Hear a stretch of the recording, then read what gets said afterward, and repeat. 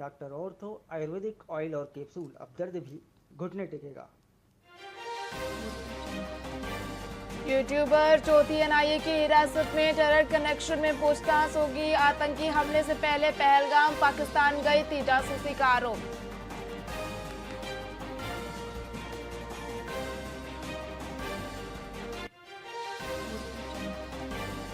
Supreme court बोला, भारत धर्मशाला नहीं जो हर किसी को शरण दे दे। श्रीलंकाई तमिल नागरिक ने जान का खतरा बताकर पनाह मांगी थी।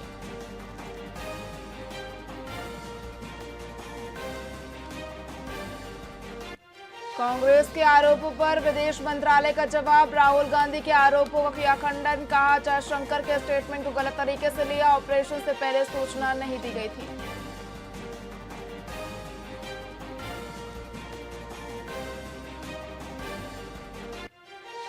आरजेडी नेता तेजस्वी यादव का बयान। बिहार में अपराध बढ़ रहा, पटना में 5-5 गोलीबारी की घटनाएं, अपराधियों को सरकार ने छूट दी है।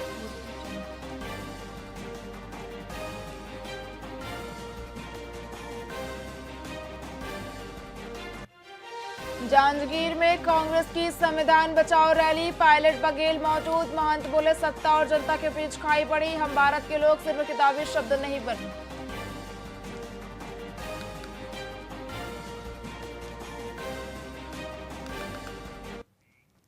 नमस्कार, आप देख रहे हैं वीआईपी न्यूज में हूं आपके साथ प्रज्ञा तिवारी। रुक करते खबरों की ओर। रूस और यूक्रेन के बीच जारी युद्ध ने भारत में डीएपी खाद की सप्लाई को गंभीर रूप से प्रभावित कर दिया है। इन दोनों देशों से डीएपी खाद की आपूर्ति होती थी, लेकिन युद्ध के कारण इसकी खेप छत्तीसगढ़ में नहीं पहुंच पा रही है।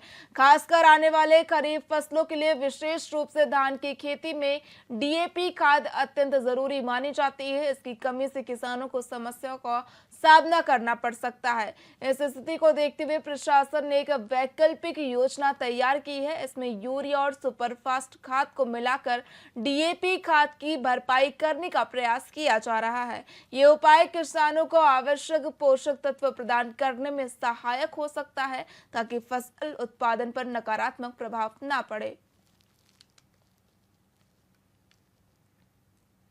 राज्य शासन इस विषय पे बहुत ज़्यादा गंभीर है और उन्होंने जो भी निर्देश जिला प्रशासन को दिए हुए हैं उसके हिसाब से किसानों के लिए रासायनिक खाद की व्यवस्था की जा रही है। ये बात सही है कि युद्ध हो रहा है, युद्ध का असर खास करके एक ही खाद के ऊपर पड़ रहा है, वो है डीएपी।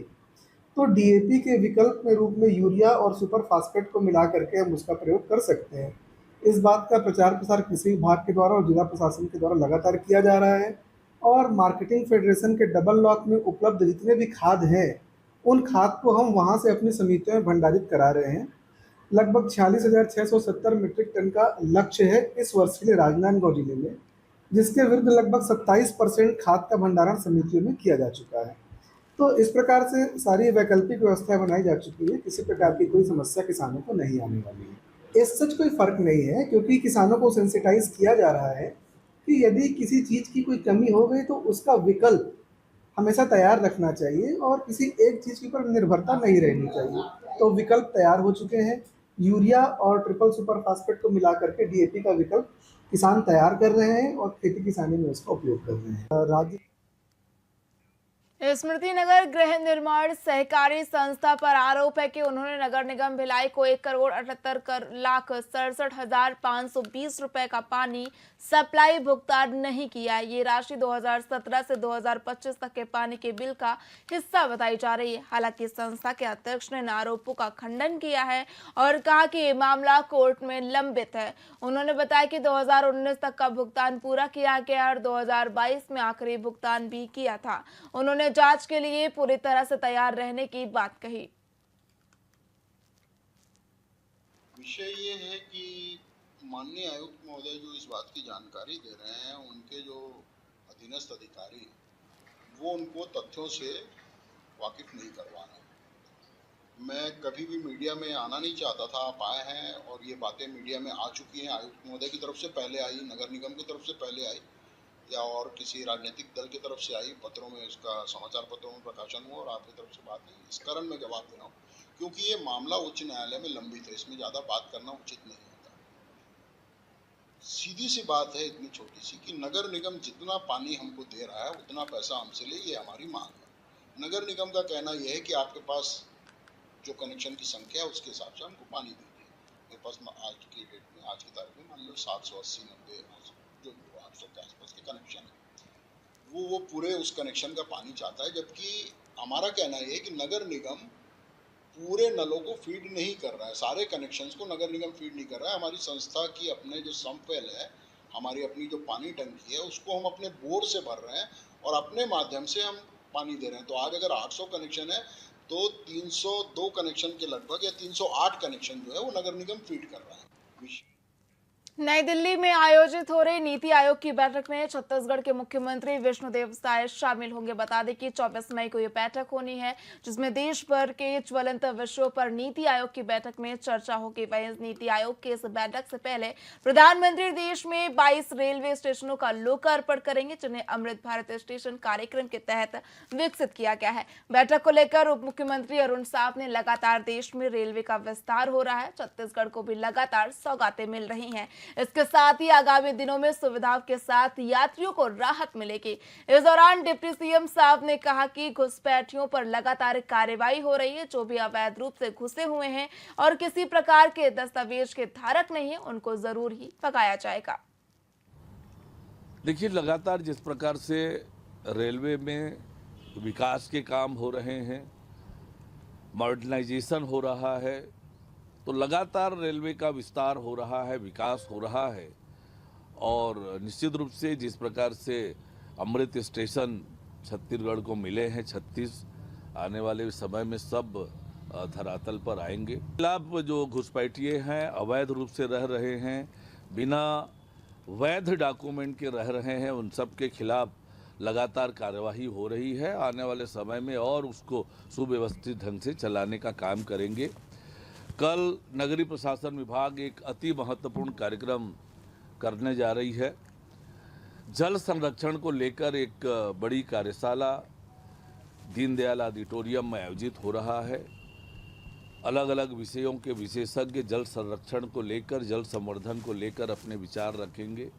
प्रदेश के अलग अलग विभागों के भी इंजीनियर्स और संबंधित काम से जुड़े हुए लोग, क्रेडाई, चैम्बर ऑफ कॉमर्स, ऐसे अनेक संस्थाओं के लोग रहेंगे, जिनके बीच वर्षा के जल के संरक्षण के लिए, जल के संवर्धन के लिए चर्चा होगी। और ऑपरेशन सिंदूर की सफलता पर सिटीजन फॉर नेशनल सिक्योरिटी ने तिरंगा यात्रा निकाली। बता दें कि यात्रा का उद्देश्य भारत मां के मान, सम्मान और स्वाभिमान की रक्षा का संकल्प दोहराना था। ये यात्रा डॉक्टर भीमराव अंबेडकर परिसर से सुभाष चौक तक संपन्न हुई, जिसमें बड़ी संख्या में लोग शामिल हुए। वहीं पूर्व नेता प्रतिपक्ष और बिल्हा के विधायक धर्मलाल कौशिक ने कहा कि ये जनसैलाब भारतीय सेना की वीरता और देशभक्ति का प्रतीक है। वहीं तुर्की के बहिष्कार पर उन्होंने कहा कि पाकिस्तान समर्थन करने पर तुर्की का पूरे देश में बहिष्कार हो रहा है और छत्तीसगढ़ में भी इसका विरोध किया जाएगा। आतंकवादी गतिविधियों और उसको देश की जनता एकजुट होकर के सेना के समर्थन में खड़े हुए हैं और इस बात को लेकर के पूरे देश में तिरंगा यात्रा निकाली गई। आज कोरबा में तिरंगा यात्रा निकाली गई है और कल भी निकाली गई है, और ये बताने के लिए कि हम सब सेना के साथ में खड़े हुए हैं। हम सेना के जिस प्रकार से उनके द्वारा कार्रवाई पाकिस्तान के आतंकवादी ठिकानों को कर दी गई है, उसके लिए हम सैल्यूट करते हैं। और साथ ही साथ हम ये कहना चाहते हैं कि हम उनके साथ में हैं और आने वाले समय में भी जिस प्रकार से भारत के मान और सम्मान हमारे सेनाओं ने बढ़ाया है, हम उसके लिए उनका आभार व्यक्त करते हैं। तुर्की के सामान को लेकर के हमारे यहाँ तो पेपर में भी छपा है, हमारे यहाँ तो सेव आते थे, वो सेव को जो लाने वाले साथ है उनके निरस्त कर दिए। उसी प्रकार अन्य सामान ला रहे जो कॉन्टेक्ट किए थे, जो लोग यात्रा में जाने वाले थे। इस प्रकार से बहुत सारे लोगों ने अपना प्रवास रद्द कर दिए और एक संदेश छत्तीसगढ़ के लोगों ने भी देने का प्रयास किया। अहिवारा विधायक डोमनलाल कोरसेवाड़ा ने अपने निवास पर जन समस्या निवारण शिविर आयोजित किया, जहां ग्रामीणों और जनप्रतिनिधियों ने अपनी समस्या रखी।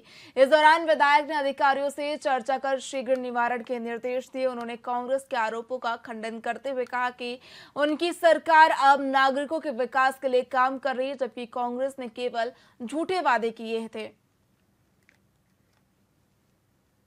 हमारे निवास में आज अपना कार्यक्रम को दिया था कि मैं दुर्ग अपने निवास में रहूँगा और इस संदर्भ में मेरे क्षेत्र के कार्यकर्ता बंधु एवं आमजन मुलाकात किए हैं और अपनी अपनी बातों को रखने का प्रयास किया है। हमारे आसपास के और पूरे मेरे क्षेत्र के बहुत सारे गांवों का कार्यकर्ता और जिसको मांग है वो लोग आए हुए थे। अभी मात्र कुछ राशि की मांग करते हैं और कोई भवन बनाने का, कोई डोम बनाने का। निश्चित तौर पे क्षेत्र में इसका भरपूर विकास हो रहा है और लगातार हम राशि विधायक निधि से भी और अन्य मदों से भी हम दे रहे हैं। हमारा प्रदेश का मुखिया आदरणीय विष्णुदेव साय जी का जो सुशासन है, जो त्यौहार मना रहे हैं, निश्चित तौर पर उसका लाभ आम जनता को मिल रहा है और शिविर में सभी जनता अपनी मांग को लेकर आ भी रहे हैं। विशेष तौर पर राजस्व विभाग की समस्या जो है उसमें अधिक आवेदन होने का जानकारी मिली है और बाकी विभागों में अच्छा काम भी हो रहा है। और मैं गोढ़ी भी गया था जहाँ पर हमारे प्रदेश के सचिव आदरणीय सुब्रत साहू जी और कलेक्टर महोदय, एसडीएम सभी अधिकारी मौजूद थे। वहाँ पर सुचारू रूप से उसका संचालन भी हुआ और जो रुके हुए काम थे उनका वही स्थल पर उसका समाधान भी किया है। आदरणीय विष्णुदेव साय जी का बहुत आभार व्यक्त करता हूँ कि मेरे आयवारा विधानसभा में उनके मार्गदर्शन में बहुत अच्छे काम हो रहे हैं। बहुत बहुत धन्यवाद। कांग्रेस की जो बात है, हमेशा झूठ बोलने का प्रयास करता है।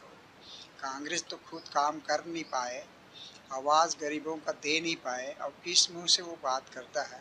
कांग्रेस का जो झूठा काम है वो हमेशा झूठी बात करेगा और हमारे जो कहना है भारतीय जनता पार्टी का जो कहते हैं उसको पूरा करते हैं। आदरणीय मोदी जी की जो गारंटी है उसको हमारे मुख्यमंत्री जी कर रहे हैं और निश्चित तौर पर इसका लाभ आम जनता को मिल रहा है। हमारे निवास में आज अपना कार्य गरियाबंद जिले के देहरगुड़ा क्षेत्र में 5 हाथियों के दल ने भारी नुकसान पहुंचाया। सैकड़ों हेक्टेयर फसलें बर्बाद हो गई। बता दें कि हाथी दमनई की ओर बढ़ रहे हैं।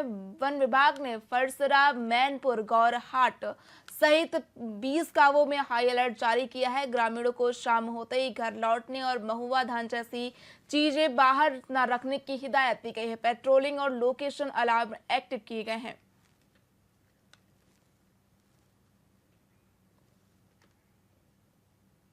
फिलहाल खबरों में इतना ही। देखते रहिए वीआईपी न्यूज। नमस्कार।